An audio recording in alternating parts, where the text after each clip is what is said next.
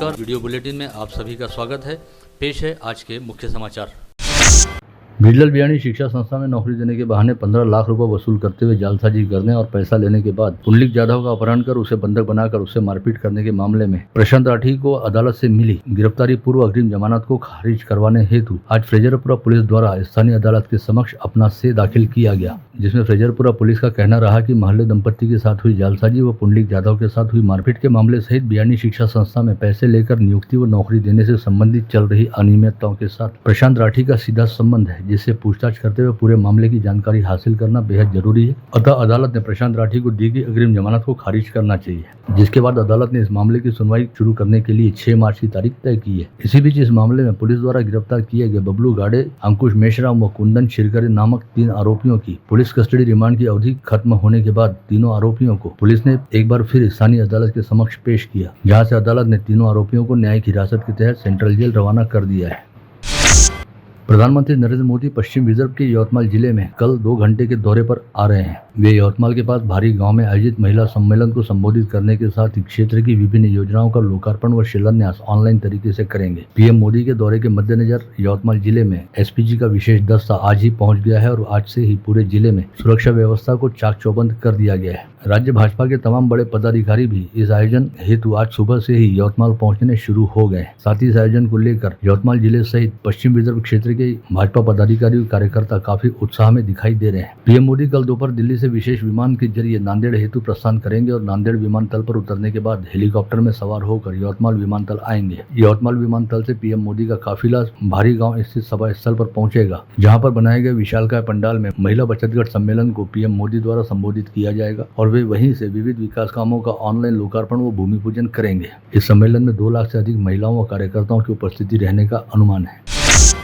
यवतमाल में कल होने जा रही पीएम मोदी की विशालकाय जनसभा को ध्यान में रखते हुए प्रशासन द्वारा समूचे राज्य से हजारों सरकारी बसों को अपनी सेवा में अधिग्रहित किया गया है, जिसके तहत अमरावती जिले से राज्य परिवहन निगम की 150 बसों को आज दोपहर बाद यवतमाल भेजा गया। साथ ही अमरावती प्रादेशिक यानी संभाग के अकोला, बुल्ढाना, वाशिम और यवतमाल से करीब 700 बसें पीएम मोदी की जनसभा में लोगों को लाने ले जाने के काम हेतु लगाई गई, जिसके चलते अमरावती जिले व संभाग सहित समूचे राज्य में अगले 48 घंटे तक सरकारी बसों की नियमित फेरियों का नियोजन काफी हद तक गड़बड़ाया हुआ रहेगा। इस बारे में राज्य परिवहन निगम के अमरावती विभागीय नियंत्रक नीलेश बेलसरे ने मंडल न्यूज को बताया कि आज व कल लंबी दूरी वाली फेरियां बंद रहेगी। साथ ही अमरावती से नागपुर व वरुण जैसे ट्रंक रूट पर फेरियां घटाई गई हैं। इसके अलावा अमरावती जिले से संभाग में विद्यार्थी फेरियों की संख्या पर कोई असर नहीं होगा।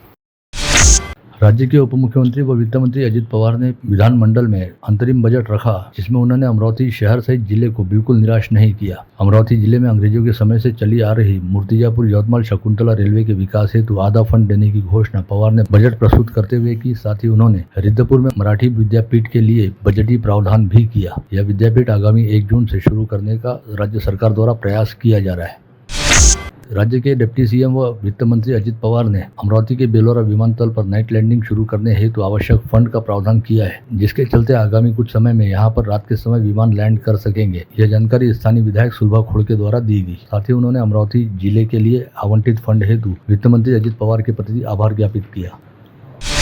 तिरसा की विधायक यशोमती ठाकुर ने मेलघाट के आदिवासी मजदूरों के रोगायो अंतर्गत 3 से 4 माह के पैसे नहीं मिलने का विषय विधानसभा में उपस्थित किया और सदन का ध्यान आकर्षित करते हुए चेतावनी भरे लहजे में कहा कि होली से पहले मेलघाट के आदिवासी मजदूरों को उनकी मेहनत के पैसे मिल जाने चाहिए। मेळघाटमध्ये रोजगार हमीची कामं मोठ्या प्रमाणात चालतात। रोजगार हमीमध्ये काम करणारा माणूस काय समृद्ध असतो, आर्थिक अशातला भाग नाही आहे, पण त्यांचे पैसे दिलेले नाही आहेत। 3-3, 4-4 महिन्यांचे पैसे मेळघाटातले आणि प्लॅटोवर काम करणारे, नेरपिंगळी सारख्या गावामध्ये देखील काम करणारे मेळघाटमध्ये जी मजूर आहेत, जी आदिवासी मंडळी आहे, केवायसी ची बँक मजुरांचे केवायसी बँक ते मंजूर करत नाही। अध्यक्ष महोदय, याच्यामध्ये बिलकुल सुधारणा झाली पाहिजे। आदिवासींची होळी जर अंधारात गेली तर याला जबाबदार सरकारला मेळघाटकडे लक्ष देण्याची गरज आहे। विधायक रवि राणा के प्रयासों से मंगलवार 27 फरवरी को राजस्व मंत्री राधाकृष्ण विखे पाटिल के कक्ष में सिंधी समुदाय की एक आपात बैठक ली गई, जिसमें सिंधी समुदाय को मालकी हक के लीज पट्टे कायम करने बाबत राजस्व मंत्री ने जिलाधीश सौरभ कटियार को निर्देश दिए। इस बैठक में विधायक रवि राणा ने बडनेरा, वलगांव व मेलघाट की चूरनी को स्वतंत्र तहसील बनाए जाने की मांग भी उठाई। जिले की सांसद नवनीत राणा की अध्यक्षता व राज्यसभा सांसद अनिल बोंडे की प्रमुख उपस्थिति में आज ग्रामीण जलापूर्ति विभाग अंतर्गत जल जीवन मिशन व संभावित जल किल्लत की समस्या के लिए समीक्षा बैठक का आयोजन जिलाधीश कार्यालय स्थित नियोजन भवन में ली गई थी। इस बैठक में जिले की सांसद नवनीत राणा ने धारणी व चिखलदरा तहसील में संभावित जल किल्लत की समस्या से निपटने हेतु आवश्यक दिशा निर्देश जारी किए। नळाने सब तिथं नळ योजना विस्कळीत झालेली आहे कम्प्लिटली। पीएमसीबीची लाईन नसल्या कारणाने बऱ्याच वेळेस बंद राहते। रायझिंग जुनी एक्झिस्टिंग जी आहे ती फुटतूट झालेली आहे। चिखलदरा कोणाच्या अंडरमध्ये? माझ्या खडीमालचं काय झालं मला माहिती आहे, आपणच फिरलो। मी ते विचारत आहे, फॉरेस्टची जे प्रॉब्लेम होती ती प्रॉब्लेम सॉल्व्ह झाली की 4 किलोमीटर 1 किलोमीटरचं जे अंतर होता त्याच्यात काय झालं? आपण किती वर्ष पहिले जलजीवन मिशनचं काम सुरू केलं? त्यांना पाणी पुरवठा होईल की नाही होईल ते मला सांगा। लालखड़ी सुखली मार्ग पर सुफियान हॉल के पास हाजी शेख इरफान द्वारा बनाए गए निजी मैदान व स्टेडियम पर आज से नेशनल हॉकी टूर्नामेंट का शुभारंभ हुआ। इस हॉकी स्पर्धा का उद्घाटन दैनिक अमरावती मंडल के संपादक अनिल अग्रवाल के हाथों किया गया। इसमें विभिन्न गणमान्यों सहित हजारों हॉकी प्रेमी उपस्थित थे। इस टूर्नामेंट में देश भर से 22 हॉकी टीमें हिस्सा ले रही हैं। साथ ही यहाँ पर शहर में पहली बार हॉकी के दिन व रात के समय मैचेस खेले जाएंगे।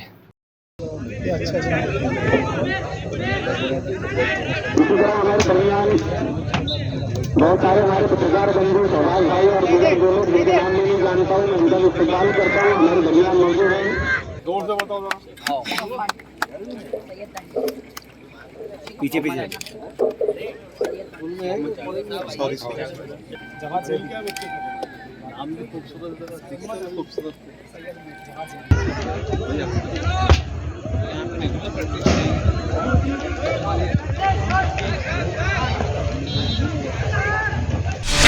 जिलाधीश कार्यालय के राजस्व भवन में जिलाधीश सौरभ कटियार की अध्यक्षता के तहत सड़क सुरक्षा को लेकर समीक्षा बैठक ली गई। इस बैठक में जिलाधीश कटियार ने कहा कि सड़क पर यातायात को सुचारू रखने हेतु सार्वजनिक लोक निर्माण विभाग, पुलिस विभाग व महानगर पालिका ने आपसी समन्वय के साथ आवश्यक कार्य करने चाहिए और सभी विभागों ने आवश्यक उपाय योजनाओं को एकजुट होकर अमल में लाना चाहिए ताकि अमरावती शहर सहित जिले में सड़कों को दुर्घटना मुक्त किया जा सके। राज्य सरकार द्वारा आज रखे गए अंतरिम बजट को उम्मीद के मुताबिक उम्मीद रहित बताते हुए तिवसा निर्वाचन क्षेत्र की विधायक यशोमती ठाकुर ने कहा कि इस बजट में किसानों, खेतिहर मजदूरों, मेहनतकशों, महिलाओं व बच्चों के लिए किसी भी तरह का कोई प्रावधान नहीं है, बल्कि पुराने प्रकल्पों व योजनाओं की सूची को पढ़ते हुए सरकार ने एक तरह से अपनी पीठ थपथपाने का काम किया है। राधानगर परिसर में गाड़गे बाबा क्रीड़ा मंडल द्वारा आयोजित राज्य स्तरीय कबड्डी स्पर्धा का विगत रविवार को शानदार समापन हुआ। इस कबड्डी स्पर्धा के तहत पुरुष गुट में वाशिम ने तथा महिला गुट में मोर्शी की टीम ने विजेता पद हासिल किया। स्पर्धा के समापन अवसर पर आयोजित पुरस्कार वितरण समारोह में पूर्व पालक मंत्री व विधायक प्रवीण पोटे पाटिल की अध्यक्षता के तहत मनपा के पूर्व सभागृह नेता तुषार भारती के हाथों विजेता व उपविजेता संघों सहित क्रीड़ा स्पर्धा में शानदार प्रदर्शन करने वाले खिलाड़ियों को पुरस्कार वितरित किए गए। एमआईएम के सांसद इम्तियाज जलील व उनके कार्यकर्ता सैयद कादरी को गिरफ्तार कर कानूनी कार्रवाई करने की मांग युवा स्वाभिमान पार्टी की ओर से राजापेट पुलिस थाने में सौंपे गए शिकायती पत्र में कहा गया। इस अवसर पर युवा स्वाभिमान पार्टी के पदाधिकारियों का कहना रहा कि संभाजीनगर के सांसद इम्तियाज जलील ने सांसद नवनीत राणा के प्रति अपशब्दों का प्रयोग किया। साथ ही सांसद जलील के कार्यकर्ता सैयद कादरी ने इंस्टाग्राम पर पोस्ट कर महिला सांसद का अपमान किया है। अमरावती के टेक्नोक्रेट करण पारिक को पश्चिम बंगाल की मुख्यमंत्री ममता बनर्जी के चुनाव प्रबंधन की कोर टीम में शामिल किया गया है, जो आईपैक के वरिष्ठ सहयोगी के तौर पर तृणमूल कांग्रेस हेतु नीति व प्रशासन विभाग में काम करेंगे। करण पारिक ने विगत वर्ष आर्थिक समाचार पत्र इकोनॉमिक टाइम्स की स्पीक इंडिया में भी अपनी सफलता का परचम लहराया था, जिसमें वह रनर अप रहा था। धामंत्री स्थित प्राचीन नागेश्वर ज्योतिर्लिंग महादेव संस्थान के अध्यक्ष कैलाश पनपालिया द्वारा आज यहां बुलाई गई पत्रकार परिषद में बताया गया कि महाशिवरात्रि के अवसर पर संस्थान में भव्य शिव महापुराण कथा का आयोजन किया जा रहा है, जिसके तहत 2 से 9 मार्च के बीच रोजाना दोपहर 1 से 5 बजे तक ख्यातनाम कथावाचक आचार्य अनिरुद्ध दास महाराज द्वारा शिव महापुराण कथा का वाचन किया जाएगा। शिवपुराण कथा ही दिनांक 2 मार्च 2024 पासून सुरू होणार आहे। ही कथा 9 मार्च 2024 पर्यंत राहणार आहे आणि 9 मार्च 2024 ला काल्याचा कार्यक्रम ठरलेला आहे आणि 1 मार्च 2024 ला आई रुक्मिणीचं माहेर कौंडिण्यपूर येथून कलश यात्रा निघणार आहे। ही कलश यात्रा ऐतिहासिक कलश यात्रा धामंत्री तिथून तीर्थ घेऊन त्या तीर्थाने तिथं धामंत्री येथे 2 तारखेला तीर्थस्थापना होणार आहे। पुरानी अमरावती स्थित महाजनपुरी गेट जूनी टकसाल के श्री भोलेश्वर धाम में महाशिवरात्रि महोत्सव निमित्त जोरदार तैयारियां आरंभ हो गई हैं, जहां पर इस बार संगीतमय शिव महापुराण कथा का आयोजन किया गया है, जिसमें नागेश्वर महाराज आगलावे कथा वाचन करेंगे। उत्सव व कथा के पंडाल का भूमि पूजन व ध्वजारोहण आज सुबह किया गया। ध्वजारोहण आज सुबह पूर्व महापौर विलास इंगोले के हाथों किया गया। इस समय अनेकों गणमान्य उपस्थित थे।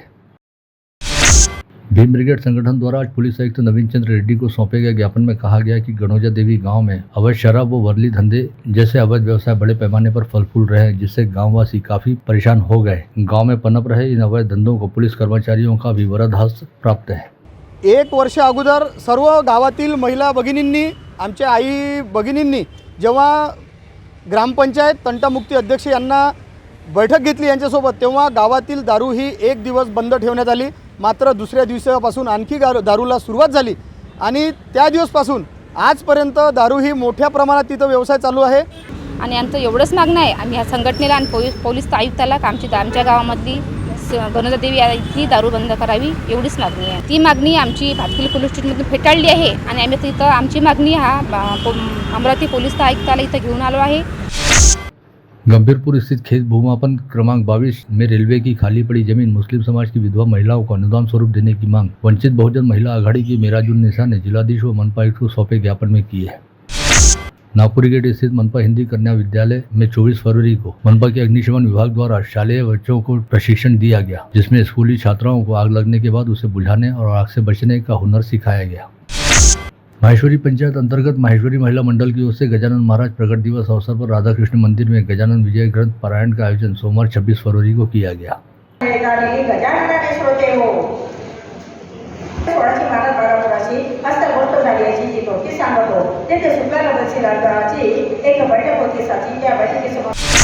सोमवार की दोपहर के बाद अचानक अमरावती सहित संपूर्ण जिले में मौसम में बदलाव हुआ और शाम को तेज हवाएं चलनी शुरू हुई। मेलघाट के धारनी तहसील में शाम के समय बेमौसम बारिश की शुरुआत हुई। पश्चात जिले की सभी तहसीलों में जमकर बारिश होने लगी। इस बेमौसम बारिश से जनजीवन कुछ हद तक प्रभावित हुआ। सोमवार 26 फरवरी को जिले में हुई बेमौसम बारिश की वजह से मेलघाट की चिखलदरा व धारनी तहसील सहित दरियापुर तहसील में नुकसान होने की खबरें सामने आई। मेलघाट में 2278 हेक्टेयर क्षेत्र की गेहूं व चने की फसलों को नुकसान पहुंचा। साथ ही दरियापुर तहसील में एक मवेशी की मौत हुई। अमरावती शहर पुलिस आयुक्तालय परिक्षेत्र के 5 पुलिस निरीक्षकों के नागपुर तबादले गृह विभाग द्वारा किए गए। तबादले से संबंधित आदेश सोमवार को प्राप्त हो गए।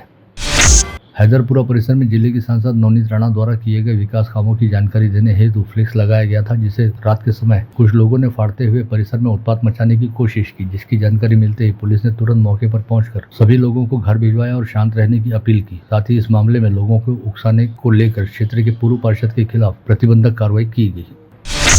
कोतवाली पुलिस थाना क्षेत्र अंतर्गत मालवीय चौक पर पुरानी खुन्नस के चलते 5 लोगों ने आसिफ अली अशरफ अली नामक 51 वर्षीय व्यक्ति के साथ गाली गलौज करते हुए उसे जान से मारने की धमकी दी और 50,000 रुपए देने की मांग भी। आसिफ अली के बेटे सैफ अली का विगत 3 जनवरी को कुछ लोगों के साथ बडनेरा पुलिस थाना क्षेत्र में झगड़ा हुआ था, जिसे लेकर आरोपियों के खिलाफ हत्या के प्रयास का मामला बडनेरा पुलिस में दर्ज किया गया था। उसी मामले में लिप्त आरोपियों के रिश्ते में रहने वाले 5 लोगों ने बडनेरा पुलिस थाने में दर्ज शिकायत को वापस लेने की धमकी देते हुए आसिफ अली के साथ गाली गलौज करते हुए मारपीट की।